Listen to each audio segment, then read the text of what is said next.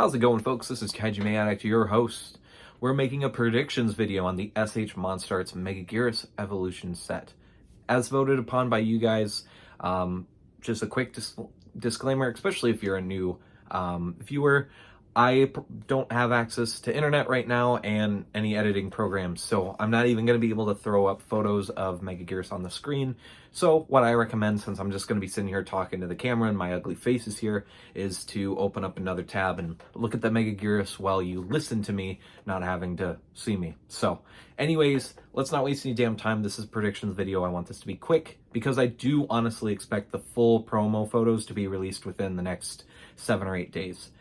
Pre-orders go up next Friday on the 26th, so late Thursday night or early Friday morning for imports. We don't know if this is a Tamashii web exclusive, although normally it's pretty predictable. It probably will be. We've gotten a lot this year. So if you're importing it, Hobby Genki is going to probably be your main place, or, wait for the US release. So Megaguirus herself, I think she looks excellent. So far, the paint's looking really good. We do have different angles of her. We have her in the Tamashii Nations Live Action Figure Expo display, and then we have our one promo photo for now. I think paint-wise, she is almost damn spot on to the suit. The sculpt itself, she does have a few different there's a few things.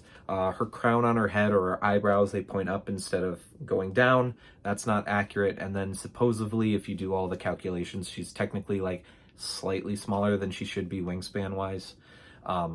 Personally, not a big deal for me. But, for some people that might bother them, or, the crown not being accurate. But I think the sculpt itself is looking very sharp. She's looking great. I'm loving it. For confirmed accessories that we do have a Tamashii stand that hopefully looks like it has 3 different columns, one to hold her belly like we normally get with with Rodan, Batra, Mothra, our flying kaiju. So it looks like she'll have a stand like that, and hopefully like a cradle or just a column that has the body shape built in. And then it looks like we'll have a column that's able to hold her in kind of a more like pose, kind of like the one promo photo that we have as of recording this video. And then there's one to hold the tail up. A little scary because that might suggest that the tail might come out a little bit loose, but also being in a pose like that for a couple of months on end would loosen the joints anyways. So having that tail stand, that little nub, is only a good thing. It should hopefully keep those joints in the tail, nice and tight, so they don't have to tighten them up too much to where we have breakages, and also they're not too loose to where the tail just flops over, because this is the first kaiju that they've released like this that has a long tail that's also flying, that's permanently in a flying pose. The tail engineering is going to have to be really smart, and it's going to have to be done very carefully. It can't be too tight and it can't be too loose. So that is one thing that is kind of a little scary about this figure. The other 2 things that are confirmed is the Meganula and the Meganulon. They are on the Tamashii, the actual display, the diorama for the figures. You can actually see them. They aren't painted. Personally, doesn't bother me. I would rather them focus paint engineering and all that stuff on Megaguirus herself rather than those little tiny minifigures. Same thing I said with the special, not the special color, the Singular Point Jet Jaguar. When they included the mini Jet Jaguar, I would rather that paint engineering and time goes into the actual Jet Jaguar itself than that minifigure. Then if I want to get it custom painted or paint it myself, I can do that later. Then we don't have to hear people and reviewers complain that the paint quality wasn't good on the Meganula and the Meganulon. It just saves us time. I, once again, preferably don't care that they're painted. In fact, I prefer that they're not painted. But if they end up being painted, cool. Hopefully quality control will be good there, and that doesn't take away from Megaguirus.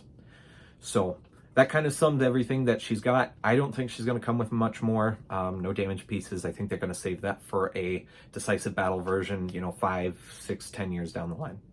They've been doing that, kind of with Legion. Legion has no broken pieces or, damaged pieces. She'll probably come out with another version same way. It took Gamera almost 10 years to come out, the Gamera 2. So, it's just predictable. They're going to do 2 versions. I'm okay with that. Now to the point that people probably want to hear about the most. what I expect the cost to be. So if you're in Japan, for the yen cost, I think at max, if it is no more than 19,000 yen, I think we're doing good.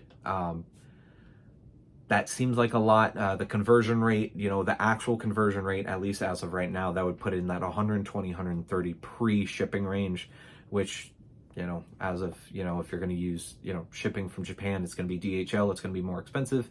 If that's the only, if nothing changes from now till then, that's what it's going to be. Nothing we can do about it. Hopefully things will be a little bit better next year, but, not going to be holding out hope. So, and then there's also tariffs and duties and charges. So she's probably going to end up being more expensive to import anyways, So then that comes to the USD, which is probably what most people here care about. I'm hoping she's no more than $180, $179, 100, in that range. If she's under 180, I think we're winning.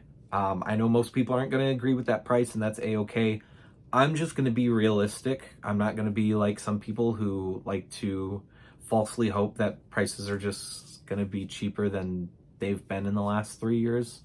We've seen this. The enemies are normally Tamashii Web exclusives, and then they're normally more expensive. The Godzillas are cheaper-ish, at their new standard rate, and then, general releases. It's just how it is. I do expect her to be a web shop exclusive. Like I said, if she's $180, that's kind of closer to the max I'd want her to be, but that's also pre-tariff, pre-duty. If she launches into that 200 range, hopefully that is only post-tariff and post-duty estimate charges. If she's like 160 or 150, I think we're really, really winning there. But I'm just a little too pessimistic to hope that she's going to be that low. We've kind of seen it, Scar King was 100, SHMA was 220, Ghidorah was, depending on where you get Ghidorah at, 270, 280, or like 300. Legion was 560. So I'm going to pose a little bit of realism here. People aren't going to like to hear that, and that's fine. We're down to have our different opinions. I'm still going to pick her up regardless of the price that she is. We'll see if I decide to pre-order her through Hobby Genki, or if I use like Beast of the East or Kaiju Live, or, if they don't end up getting it, BBTS is kind of a last option. So we'll see. Or Entertainment Earth.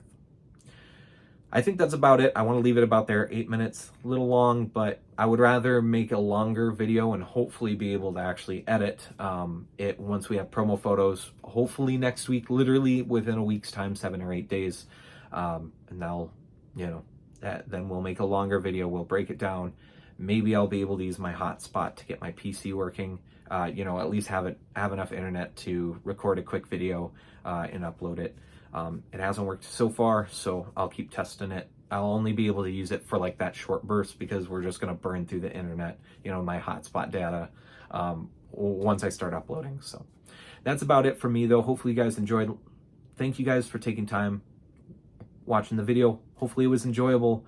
I'll see you guys in the next video. Bye, guys.